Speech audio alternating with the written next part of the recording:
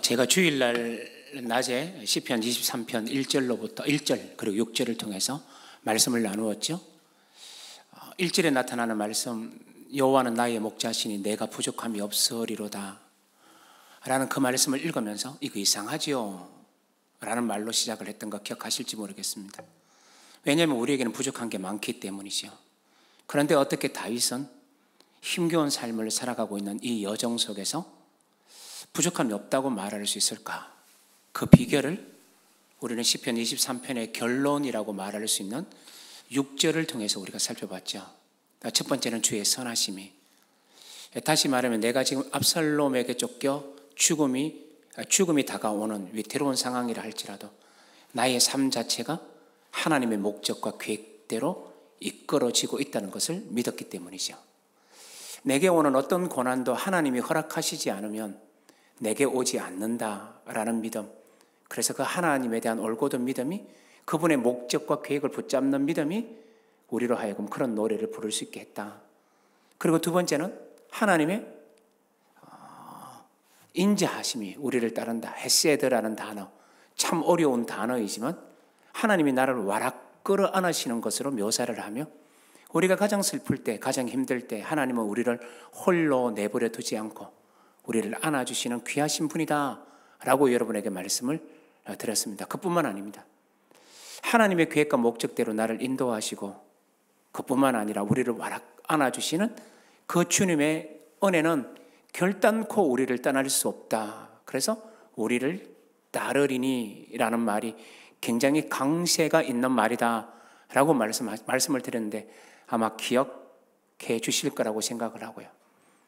그래서 그런 1절과 6절 속에 나타나는 서론과 결론의 말씀을 본 이후에 오늘 이 밤에는 2절로부터 5절 속에 그런 하나님의 놀라운 역사가 어떻게 구체적으로 하나님의 활동하심이 드러나는가를 우리가 좀 살펴보려고 합니다.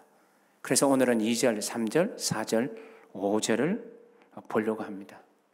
그래서 오늘은 먼저 이렇게 좀 얘기를 시작해 볼까요? 여러분, 큰 슬픔을 당한 사람은 어떻게 위로를 받을 수 있을까요? 위로는 어디에서 올까요? 시편 23편은 제가 이렇게 말씀을 드렸습니다. 삶의 정황, 아들 압살롬과 배반한 이들의 역모로 인하여서 다윗은 도망가고 있었다. 그러니까 이 시편 속에서 다윗은 정말로 위로받지 못하는 인생이더라는 겁니다. 그러니까 이렇게 슬픈 삶, 이렇게 고통스러운 삶, 이렇게 죽음밖에 없는 지난한 삶 속에서 우리는 어떻게 위로를 받을 수 있을 것인가 라고 했을 때 오늘 먼저 4절을 볼 겁니다. 다윗은 이렇게 말합니다. 위로가 있다는 겁니다. 어떻게 말해요? 내가 사망의 엄침한 골짜기, 압살롬이 쫓아오는 그 위급한 순간 머리를 헤쳐 풀고 미친 사람처럼 울며 불며 도망가던 다윗, 그게 사망의 엄침한 골짜기라는 단어 속에 나타나죠. 이런 사건 속에서 어떻게 위로가 올까요? 4절은 이렇게 말합니다. 내가 사망의 엄침한 골짜기로 다닐지라도 해를 두려워하지 않는 것은, 굉장히 유명한 말이 나오죠. 하나님이 나와 함께 하시기 때문이다 라고 말합니다. 해를 당할 것을 겁내지 않는데요, 어떠한 고난과 고초도 겁내지 않는다는 겁니다. 이유가 뭘까요? 하나님이 나와 함께 한다라는 얘기입니다. 이 말은 제가 더 이상 설명할 필요가 없을 정도로 우리에게 너무나 익숙한 말씀 아닙니까? 그래서 저는 이 말을 조금 다른 말로 좀 표현하고 싶어요. 하나님이 나와 함께 계신다는 것을 믿는 것, 이게 뭐냐? 영적 각성이라는 겁니다. 영적인 각성이 일어날 때만 이게 가능해요. 언젠가 한번 제가 이제 새창조교회에 몇 번 왔으니까 한 번쯤 얘기했을 거라고 생각하는데요. 여러분, 예를 한번 들어볼까요? 야곱이 에서의 장자권을 빼앗죠. 에서에게 가야 할 모든 복들을 속임수로 몰래 홀라당 빼앗아 먹잖아요. 나중에 그걸 누가 알게 됩니까? 에서가 알게 됩니다. 그래서 에서가 야곱을 죽이려고 하죠. 그래서 야곱은 자기가 에서에게 빼앗았던 모든 특권들을 내려놓고 어디로 갑니까? 도망가기 시작합니다. 외삼촌 집으로 멀리 이방 땅으로 도망가기 시작했잖아요. 그게 어디 나오냐? 창세기 28장에 나옵니다. 그러다가 베델이라는 한 마을에 갔는데 여간방에서 잠을 자지 못합니다. 왜요? 에서는 추적에 능한 사냥꾼이니까. 그러니까 집에 자지 못하고 어느 험한 바위 틈 속에 몰래 기어 들어가서 잠을 자고 수밖에 없었던 우리 야곱을 기억하셔야 될 겁니다. 야곱은요, 아마 그 당시에 이런 생각했을 겁니다. 에서에게서 모든 좋은 것을 내가 빼앗았다, 내가 쥐었다, 나도 성공했다, 내가 모든 것을 가졌다, 이 땅의 모든 축복이 내 거다 라고 외치는 순간, 그런 도리어 에서에게 쫓겨감으로 말미암아 가졌던 모든 것들을 놓치게 되는 인생의 가장 절망의 순간에 빠졌던 사람이 누구냐? 야곱이었었습니다. 그래서 방에도 자지 못한 채 바위 틈속으로 기어 들어가서 숨을 죽이고 잠을 자고 있었을 겁니다. 불을 피우지 못했을 겁니다. 에서의 추적을 두려워했기 때문에 불도 피우지 못한 채 덜덜 떨며 그 밤을 지내고 있었던 거 기억하실 겁니다. 누가 나타나요? 하나님이요. 하나님이 나타나고 천사가 나타나고 그러다가 사다리 꼭대기에 있는 하나님을 만납니다. 근데 하나님께서 말씀을 하시죠. 야곱에게 축복의 말씀을 합니다. 설명할 수는 없고요. 간단하게 말하면 아브라함에게 약속했던 그 약속, 이삭에게 했던 그 약속, 열조에게 주셨던 그 약속을 동일하게 반복하시면서 너희는 약속의 사람이다, 너는 복의 사람이다 라고 말하며 하나님은 야곱에게 복의 말씀을 주시는 거 기억하실 겁니다. 그때 야곱이 꿈에서 깨어납니다. 그리고 이 말을 하죠. 여호와께서 정녕 여기 계셨건을 내가 알지 못하였다, 이렇게 말을 합니다. 그때 이후로요, 야곱의 인생이 완전히 바뀌기 시작합니다. 언제나 자기 것만 간직하려고 했던 이 야곱이 잠에서 깨어나자마자 어떻게 하냐, 자신의 기름을, 자기가 베고 있었던 돌을 제단 삼아서 기름을 다 부어버립니다. 그 당대의 기름이라는 것은요, 여비이거든요. 그 기름을 팔아서 여비를 마련하고 여비를 마련해서 도망가야 되는데 이 기름마저 어떻게 한다고요? 하나님께 다 부어버립니다. 다시 말하면 이제까지는 자기만 위해 살았던 사람이 하나님을 향하여 모든 것을 내어놓는 사람으로 28장에서 확 변해요. 그래서 주석가들이 묻습니다. 어떻게 변했을까? 어떻게 야곱의 인생이 이렇게 변했을까라고 물어보니까 이 말씀 속에서 찾는다라는 겁니다. 그게 뭐냐? 야곱이 잠에서 깨어나서 했던 말이 뭐냐? 여호와께서 바로 여기에 계셨건을 내가 알지 못했다. 무슨 얘기예요? 하나님은 야곱을 떠난 적이 한 번도 없으셨어요. 하나님은 야곱을 내버려 둔 적이 한 번도 없으셨습니다. 그런데 야곱은 하나님을 무시했죠. 멋대로 살았죠. 그러니 하나님의 은혜를 누릴 수가 없었던 사람입니다. 그러니 어떻게 돼요? 불안했죠. 그러니 어떻게 합니까? 자기 힘으로 살려고 했죠. 아둥바둥 살려고 했잖아요. 그러다가 실패를 경험하고 말았던 것이죠. 그런데 이제는 알게 돼요. 아, 하나님이 내 곁에 계시는구나. 아, 하나님이 내 인생을 주장하시는구나. 아, 하나님이 내 인생의 모든 것을 쥐고 계시구나 라는 이 사실을 깨닫는 순간 야곱이 변한다는 겁니다. 하나님이 우리와 함께 계시다는 것을 아는 순간 뭐가 일어난다고요? 영적 각성이 일어나요. 여러분, 그런데 이 영적 각성이라는 이 말이요, 우리 곰곰이 생각해 보면, 야곱에게서 생각해 보면 어떤 상황에 영적 각성이 생겼느냐 하면 기대조차 하지 않았던 상황이었었어요. 야곱이 하나님이 나타날 거라고 생각했을까요? 아니요. 사는 것 추구하면서 도망가기 바빴는데요. 야곱이 에서에게 몹쓸 짓을 해서 이제 망해서 도망가는 길인데요. 그러니 하나님이 나타날 거라고 상상하지 못했던 순간입니다. 다시 말하면 받을 만한 자격이 없었던 야곱에게 누가 나타나냐? 하나님이 나타났다는 겁니다. 이 말은 뭘 말해줘요? 우리는 아무것도 아닌데, 우리는 늘 실수하는데, 우리는 늘 무너지는데, 우린 가진 것이 없는데 하나님이 어떻게 하시냐? 우리를 긍휼히 여기시고 우리 가까이에 계시다는 것을 가르쳐 주는 겁니다. 이게 뭐라고요? 영적 각성이에요. 그렇다면 우리 인생도 마찬가지 아닐까요? 때때로 우리는 언제 힘듭니까? 언제 어려워합니까? 언제 고통스러워합니까?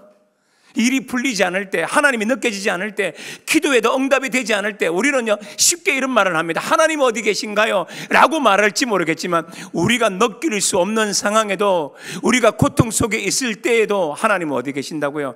우리 곁에 계시다라는 사실을 인정하게 될 때 우리 안에 뭐가 생겨나요? 영적 각성이 일어나는 겁니다. 내가 그 하나님을 느끼지 못하고 불안해하고 있었던 봤더니, 그런데 알고 봤더니 하나님은 내 곁에 계시더라는 겁니다. 마태복음도 명확하게 말하지 않습니까? 볼지어다 내가 세상 끝날까지 내가 너와 함께 있으리라 라고 말씀하셨던 그 주님의 은혜는 이 창세기에서 말하는, 그리고 오늘 본문에서 시편이 말하는 그뿐만 아니라 마태복음에서 말하는 것처럼 하나님은 우리 곁을 떠나지 않는다라는 겁니다. 이 사실을 아는 게 뭐라고요? 영적 각성이에요. 우리는 어디에서 위로를 얻습니까? 여러분, 우리가 우리가 살아가면서 누구한테 위로를 가장 많이 받아요? 제 느낌으로는 아내, 자녀, 그리고 무엇보다 부모님입니다. 그런데 여러분 아십니까? 세월이 지나가면 지나갈수록 부모님은 우리 곁을 떠나가고, 검술이 그렇게 좋아서 서로 의지했던 남편은, 아내도 우리 곁을 떠날 수 있습니다. 우리는 아무것도 가지지 못한 채 빈둥지 현상 속에 외로워할 때가 있다고요. 그때라도 우리와 함께 계시는 분이 있다는 것을 우리는 눈여겨볼 필요가 있어요. 그분이 누굽니까? 하나님이시라는 겁니다. 이 사실이 명확할 때 우리의 영적 각성이 열리는 그라는 겁니다. 어떤 상황인데요? 내가 못났더라도, 어떤 상황인데요? 형편없는 모습인데요, 내가 어떤 상황인데요? 부족한 사람인데도요. 그런데 그거하고 상관없이 하나님은 우리를 끝까지 사랑하고 우리와 함께하고 있다는 이 놀라운 사실이 우리를 어떻게 만들어요? 영적 각성의 사람으로 만들어줍니다. 이게 시편 기자가 다윗이 하는 말입니다. 하나님이 내 곁에 계셔. 그래서 우리 주일날 말했던 것처럼 하나님이 나를 와락 안아주시는 것, 바로 내 곁에 계시는 것을 믿는 것이라는 것입니다. 여러분, 이 말씀을 다시 사실 살펴보면요, 4절 하반절에 내가 사망의 엄침한 골짜기로 다닐지라도 해를 두려워하지 않을 것은 주께서 나와 함께 계심이라 하고 난 다음에 주의 지팡이와 막대기가 나를 뭐 한다 그래요? 안위하시나이다 라고 말하고 있어요. 이 안위라는 단어는 어떤 단어냐면, 쉬운 말로 풀이하면 위로하다라는 뜻이에요. 그게 위로하다. 하나님이 나의 뭐가 되냐? 나의 위로자 되신다.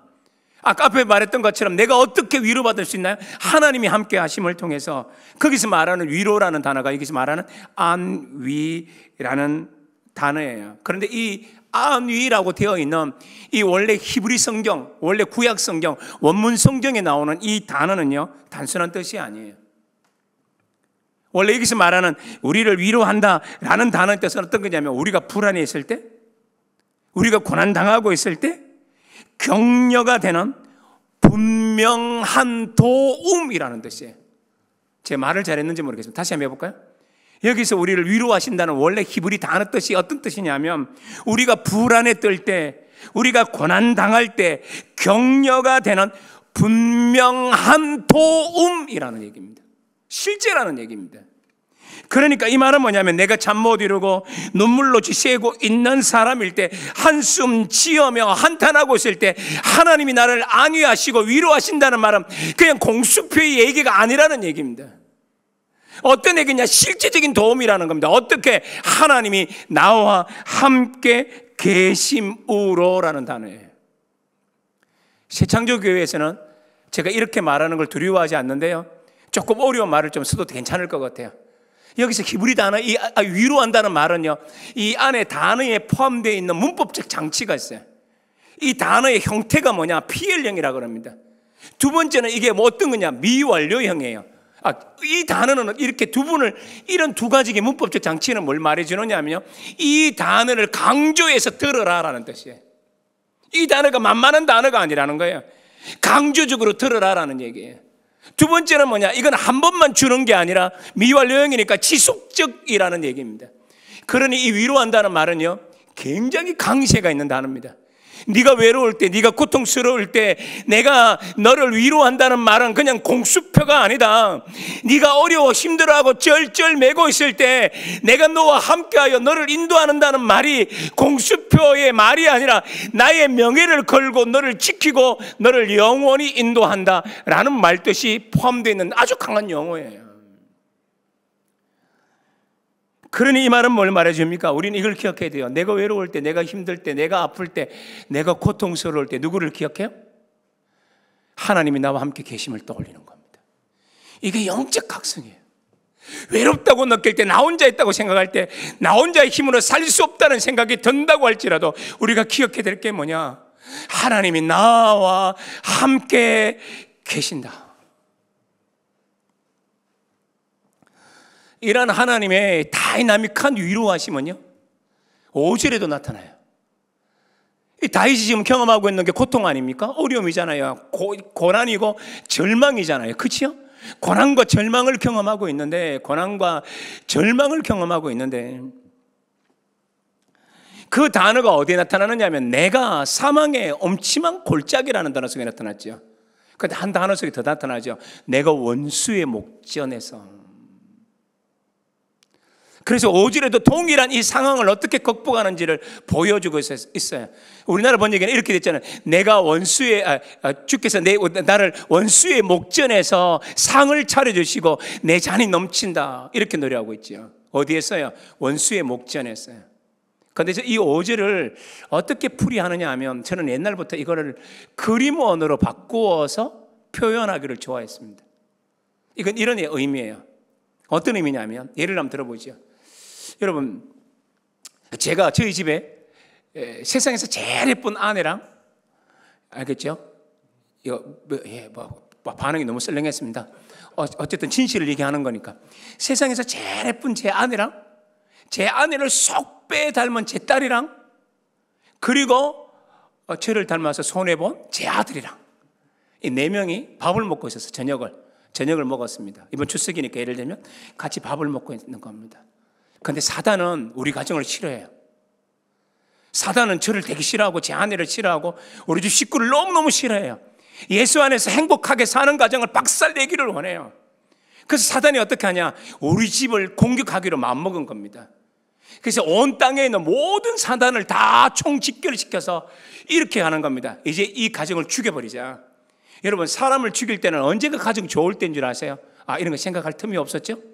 어떤 사람을 죽일 때 가장 좋을 때가 언제냐? 자고 있을 때, 맞죠? 그보다 더 죽이기 쉬운 게 그것만큼 죽이기 쉬운 때가 언제냐면 밥 먹고 있을 때입니다. 그래서 기습할 때는 언제든지 군대 전략에서 게릴라전을 할 때 기습할 때는 2가지입니다. 자고 있거나 먹고 마시고 있을 때. 근데 이제 어떻네? 우리 집 식구들이 지금 자리에서 앉아서 밥을 먹고 있으니까 사단들이 와서 우리 집 창문을 이렇게 몰래 본 거면 딱 보니까 뭐 하고 있어요? 밥을 먹고 있는 겁니다. 됐다. 그래서 사단 왕이 이렇게 말합니다. 사단 우두머리가 이렇게 말합니다. 사탄이 하는 말이 공격이다. 지금 죽여라. 하니까 이제 이 쫄따구들이 전부 다 와 하고 우리 집 막 도로기 찰나에 마귀 쫄병 하나가, 어린애 하나가, 내가 흉내 한번 내볼게요. 두목님. 재미없다. 그냥 하겠습니다. 두목님, 저 집에 보니까 4사람 말고 누군가가 한 명이 더 있어요. 이러는 겁니다. 누군가가 한 명이 더 앉아있대요. 그런데 저분은 심상치가 않다는 겁니다. 범상치가 않다는 겁니다. 그 사단이 뭐라 그러냐면, 내 이 녀석 어디 한 명이 더 있다고 그래? 아니라고 한 번만 더 보라 그러니까 다시 사단들이 쫙 보니까 어떤 일이 발생했습니까? 정말 누군가가 앉아있는 겁니다. 중심자리에. 누군 줄 아세요, 여러분? 이게 말하는 하나님이란 뜻입니다. 제가 여기까지 그림 언어를 걸었는데, 그림 언어로 설명을 했는데, 이렇게 그림을 그리듯이 설명한 이 말씀이 맞을까요? 아니면 내가 지어낸 걸까요? 항상 설교를 들을 때는 저 목사가 지어낸 말인지 아니면 말씀인지를 물어볼 필요 있어요. 물론 여러분들은 우리 천세종 목사 밑에 있으니까 안심 놓고 들어도 되지만 물어보셔야 돼요. 그럼 다시 5절을 한번 눈여겨보실래요? 이렇게 말합니다. 어떻게 말하느냐면 5절에서 주께서 내 원수의 목전에서 내게 상을 차려주시고 기름을 내 머리에 부으셨다. 상을 차려주시고 머리에 기름을 붓는 이는 누굴까요? 보통 주인이 합니다. 우리가 누구의 집에 가기 위해서는 유대 땅, 뜨거운 땅을 걸어서 흙먼지길을 따라서 그 집을 방문하잖아요. 그럼 주인은 어떻게 하냐? 우리를 상에 앉혀요. 그리고 기름을 넣어줍니다. 그리고 물을 따라줍니다. 누가 한다고요? 주인이 하는 겁니다. 그러니 이 말은 뭐냐면 5절의 의미는 누구냐면 주인이 누군가를 얘기해 주고 있어요. 누굴까요? 하나님이십니다. 다시 말하면 우리 가정에 밥을 먹고 있지만 이 말의 진짜 의미는 뭐냐면 우리 가정의 주인은 내가 아니라 하나님이라는 뜻이에요. 하나님이 주인이세요. 내 인생을 하나님이 책임져요. 하나님이 우리를 소유하고 있기 때문에 우리를 공격하는 어떤 어둠의 세력도 하나님이 책임지고 작사를 내세요. 이게 5절의 의미예요. 그러니 5절의 의미는 우리에게 뭘 말해주느냐 하면 우리의 인생의 주인이 누구냐 이걸 가르쳐주고 있는 구절입니다. 그럼 우리 인생의 주인이 누굽니까? 하나님이십니다. 내 인생을 누가 책임지고 계세요? 하나님이십니다. 내가 넘어지면 누가 마음이 아파요? 우리 주인 되시는 하나님이 아프세요. 그래서 하나님은 어떻게 하냐? 우리와 늘 함께 하시면서 우리를 지키시고 우리를 돌보시면서 내가 주인이기 때문에 너희를 돌보겠다라고 말씀하시는 하나님의 말씀이라는 겁니다. 하나님은 그런 분이세요. 이렇듯 우리를 꼭 안아주시는 분이에요. 와락 안아주시는 분이라는 얘기입니다. 이렇게까지 우리가 말씀을 풀고 나면요, 이제 5절에 남아있는 한 대목이 눈에 보일 겁니다. 어떻게? 내 잔이 넘쳐요. 이런 하나님이 우리와 함께 계실 때 우리의 인생이 어떻게 되냐? 잔이 넘쳐요. 풍성한 인생이 된다라는 얘기입니다. 그러니 이 말은 뭐 다른 말로 바꾸면 하나님은 우리를 보호해 주시는 정도가 아니라, 하나님은 우리를 지켜주시는 정도가 아니라, 하나님은 우리에게 지켜주실 뿐만 아니라 우리의 잔이 어떻게 된다고요? 넘쳐요. 넘친다니까요. 하나님의 은혜가 우리 가운데 넘친다. 이게 몇 절의 말이에요? 5절이 말씀하고 있는 겁니다.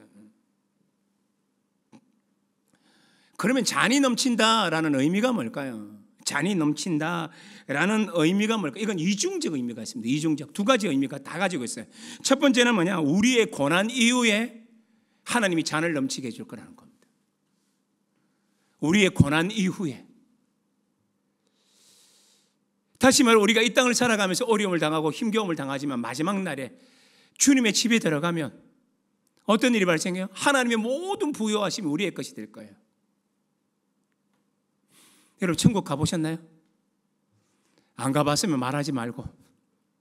사람들이 이렇게 말하는데 천국은요? 정말 놀라운 것 아닙니까? 성경이 묘사해 준 천국은 정말 아름다운 것 아닙니까?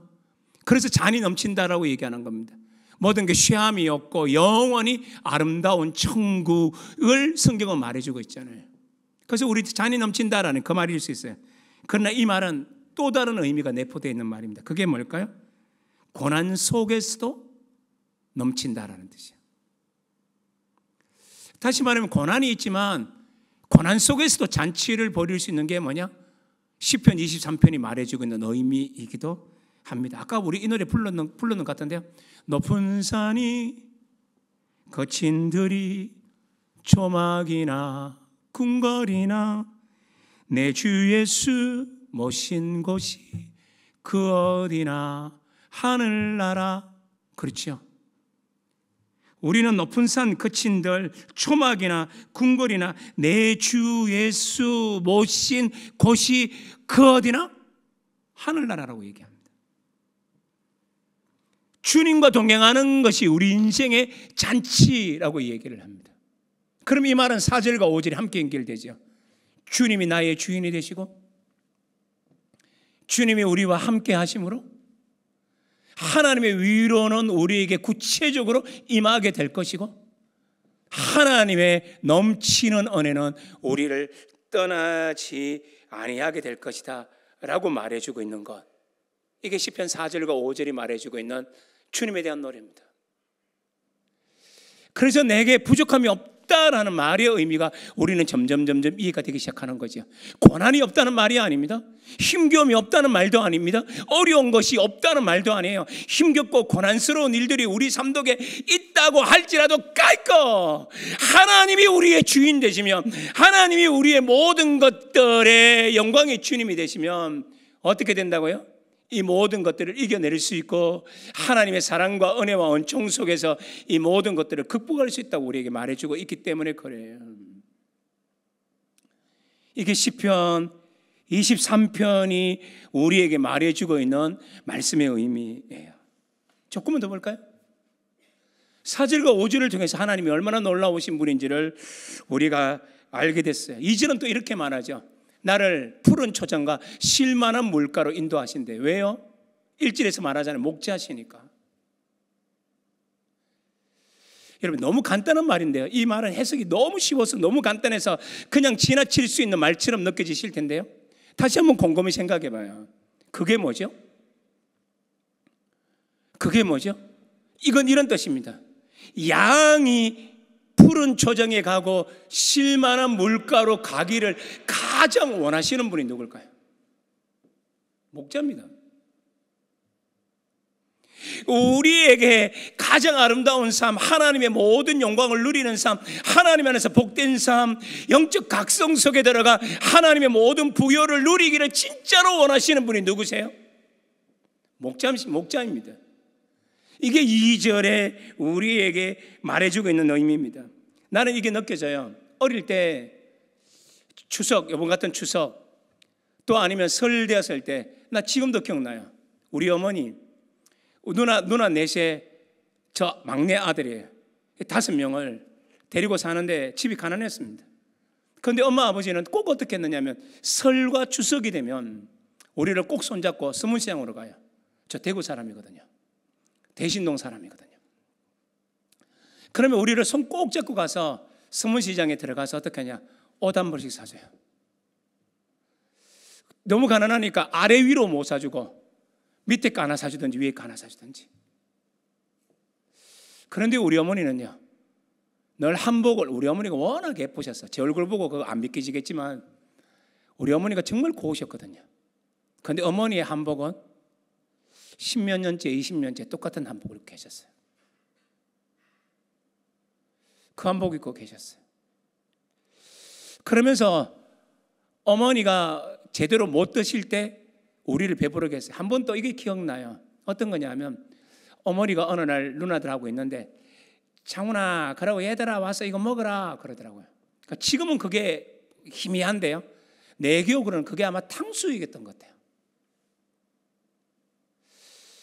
탕수육을 사가지고 큰 접시에다가 누나 4명에다가 저하고 이렇게 앉혀놓고 먹으라 그러더라고요. 그럼 어떻게 했을까요? 그 형제 많은 집 다 알죠? 형제 많은 집 특징이 뭐 서로 많이 먹겠다는 겁니까? 그걸 내놓으니까 막 개눈 감추듯이 누나들하고 저하고 막 달래서 먹는 겁니다. 저는 효자잖아요. 각색한 겁니다. 저는 효자라서 먹기 전에 먼저 하나를 떼서 엄마도 무라 그랬어요. 그러니까 우리 어머니가 하는 말이 아니다, 엄마는 벌써 묵고 왔다, 배부르다 이러더라고요. 나는 그게 사실인 줄 알았어요. 그리고 안에 소스 하나도 없을 정도로 5명이 그걸 다 먹었어요. 그러니까 어머니 조금 이따 들어오더니만 다 먹었네, 맛있었나? 그래 엄마, 다음에 또 사도. 그 엄마가 그걸 상을 들고, 옛날에는 우리가 부엌이 따로 있잖아요. 대충 바로 나와서 부엌 쪽으로 가잖아요. 그 엄마가 들고 나가시더라고요. 근데 바로 그때 내 친구가 놀러 왔어요. 장훈아 놀자 그러길래 그래 하고 나가는데 그때 내가 못 보아야 할 걸 봤어요. 그 남아있는 양념이었는지 거기에다가 어머니가 뭔가를 다시 넣고 비벼 먹고 있더라고요. 원래 배불리 먹어야 하는 사람은 누군가요? 전가요? 우리가 배불리 먹어야 합니까? 엄마가 더 배불러야 되는 것 아닙니까? 그런데 엄마가 가장 바라는 건 뭡니까? 자녀들의 배부름이에요. 나는 어릴 때 이 경험이 있어서 그런지 몰라도 우리 하나님 생각하면 오버랩되기 시작해요. 우리를 푸른 초장과 쉴만한 물가로 왜 인도하십니까? 이유가 뭐예요? 우리를 지극히 사랑하기 때문이에요. 우리를 그렇게 인도하셔야만 행복하신 분이 누구냐? 하나님이시더라는 겁니다. 그래서 우리를 어떻게 만들어요? 3절에 보면 내 영혼을 소생시키는 거죠. 하나님이 가장 말하는 게 뭐냐? 우리의 영혼의 소생이라는 겁니다. 이 소생이라는 말은 여러분 잘 아는 단어입니다. 이거는 슈브라는 단어예요. 슈브라는 말은 돌이키다라는 뜻이에요. 그렇게 회복시키다라는 뜻이에요. 우리가 실망하고 낭망하면 육체적으로 힘들어야 안 들어요? 힘들죠. 병이 나죠. 제가 옛날에 어떤 한 교회에서 한 14년 동안 그 신부를 했는데요. 여러 가지 힘겨운 일들이 많으니까 20kg가 빠지더라고요. 순식간에 20kg가 빠지더라고요. 그 사람들 나보고 암 걸렸다, 죽게 됐다, 곧 묘지동산 가야 되겠다, 뭐 이렇게 되셨습니다. 사람이 힘들면요, 육체가 축이 나요. 힘이 듭니다. 죽을 것 같습니다. 그래서 힘이 없어요. 그럼 여기서 말하는 소식시킨다는 말은 뭘까요? 육체적인 힘을 준다는 뜻이에요. 두 번째, 이 슈브라는 단어 속에는 또 어떤 뜻이 내포되어 있느냐 하면요, 이건 어떤 뜻이냐면 내 영혼이 주눅들 때가 있어요. 우리는 너무나 힘들면 나도 모르는 사이에 하나님 왜 이러세요 하고 하나님께 원망하고 하는 그것, 심지어 뭐까지 생각하냐, 하나님이 나를 사랑할까라는 하나님의 사랑이라는 이 기본적인 것마저 흔들릴 때가 있어요. 그게 바로 뭐냐, 이런 우리들을 마귀를 원해요. 소생시키기를 원하시는 분이 우리 하나님이세요. 하나님이 우리에게 가장 원하는 게 뭐냐, 우리의 영혼이 소생되는 것. 하나님이 가장 원하는 삶이 뭐냐, 우리를 이렇게 새롭게 만드는 것입니다. 엘리야가 갈멜산에서 숱한 이방 제사장들을 다 무찔렀죠. 승리가 주어졌죠. 그때 어떤 일이 발생합니까? 이세벨이 엘리야를 죽이려고 해요. 엘리야가 겁을 먹죠. 도망을 갑니다. 어디까지 갑니까? 어떠한 강야로 가서 그곳에서 죽으려고 해요. 하루길쯤 더 들어갔다가 로뎀나무 아래 들어가서 뭐라 그래요? 내 생명을 취하라 그래요. 절망했다는 뜻이죠. 정말로 영혼이, 육체가 다 망가졌다는 것을 말합니다. 그때 하나님께서 뭐 하신지 기억나요? 천사를 보냅니다. 그리고는 어떻게 합니까? 그를 어루만져요. 터치하시죠. 그리고는 어떻게 합니까? 숯불에 구운 떡과 한 병의 물을 가지고 먹이고, 또 엘리야가 지쳐서 자니까 또 천사가 나타나서 그를 어루만지면서 또 떡과 물을 먹여요. 이게 하나님 방식이에요. 여러분, 그렇다면 이 말씀을 우리에게 어떻게 적용해야 되냐? 이렇게 적용하셔야 돼요. 하나님, 나 외로울 때요, 나 힘들 때요, 나도 떡 먹여주세요. 하나님, 내가 힘이 들고 어려울 때 내 영혼의 말씀을 먹여주세요. 하나님, 내가 낭망하고 절망스러울 때 하나님의 말씀을 들려주셔서 내 영혼이 살아나게 역사해 주십시오. 왜요? 하나님이 그걸 가장 원하시니까. 하나님이 우리에게 복이 넘치기를 소망하고 계시니까. 그래서 그 다음에 나오는 말, 주의 이름을 의하여 의의 길로 인도한다는 말은 단순하게 하나님은 홀로 뚝 떨어져서 영광 받으라는 그 노래가 아니에요. 이 말의 뉘앙스는 어떤 거냐 하면, 하나님과 우리의 이 모든 것들이 완벽하게 조화를 이룸으로 말미암아 하나님다우심이 드러나게 되고, 그래서 우리는 하나님의 힘을 입어 의로운 삶을 살 수 있게 되는 것을 말해주는 구절이거든요. 즉 다시 말하면 하나님의 영광스러움은 하나님 홀로만 영광스러운 걸 취하기를 원치 않으세요. 만약에 그랬다면 우리를 창조하지도 않았습니다. 하나님은 우리와 뚝 떨어져서 하나님 홀로 도야청청 영광스러운 것만 원했다면요, 예수님이 십자가에 죽지도 않으셨어요. 다시 말하면 그 영광스러운 하나님이 모든 영광을 다 버리시고 십자가에 죽었던 이유는 뭐냐? 하나님의 영광을 우리와 함께 나누기를 원하는 것이 진짜 하나님의 영광이라는 겁니다. 이게 요한복음 17장에 나타나요. 예수의 십자가가 하나님께 영광이라는 단어입니다. 우리를 구원해서 하나님 백성 만들고, 우리를 구원해서 하나님의 사랑 속에 들어가게 하고, 우리를 하나님의 아름다운 사람으로 붙들어 주게 될 때만 뭐가 나타나요? 하나님의 영광이 드러난다라는 말이에요. 이걸 제가 언제 한번 느꼈냐면, 옛날에 세월호가 터졌을 때 정치적으로 해석하는 그런 사람들 얘기 빼고 이상하게 해석하는 여러 종류의 이쪽이나 저쪽이나 정치하는 그 정치적 언어 다 빼고 그냥 슬픔을 당한 사람의 얘기로 이 말씀을 들으셨으면 좋겠어요. 한 번은 제가 팽목항에 한번 가본 적이 있어요. 아들 데리고 딸 데리고 아내랑 같이 한번 가본 적이 있어요. 근데 거기에 글귀가 써 있더라고요. 어떤 아이를 잃어버린 엄마의 글귀. 그게 너무 가슴이 아파서 그 앞에서 참 많이 막 아팠어요, 제가. 저도 눈물을 흘렸어요. 이런 글귀가 있습니다. 한번 들어볼래요? 그동안은 가난했어도 행복한 가정이었는데 널 보내고 나니 가난만 남았구나. 그동안은 가난했어도 행복한 가정이었는데 널 보내고 나니 가난만 남았구나. 행복이 없다는 겁니다. 즉 이 말은 뭡니까? 하나님도 우리에 대해서 그런 마음이 있다는 겁니다. 우리와 함께, 우리를 새롭게, 우리를 하나님의 영광 속에 품고 하나님의 언총 속에 품고 함께하고 함께 안아주시면서, 그래서 하나님의 영광이 우리의 삶들을 통해서 드러나게 될 때 위대한 역사가 일어나는 겁니다.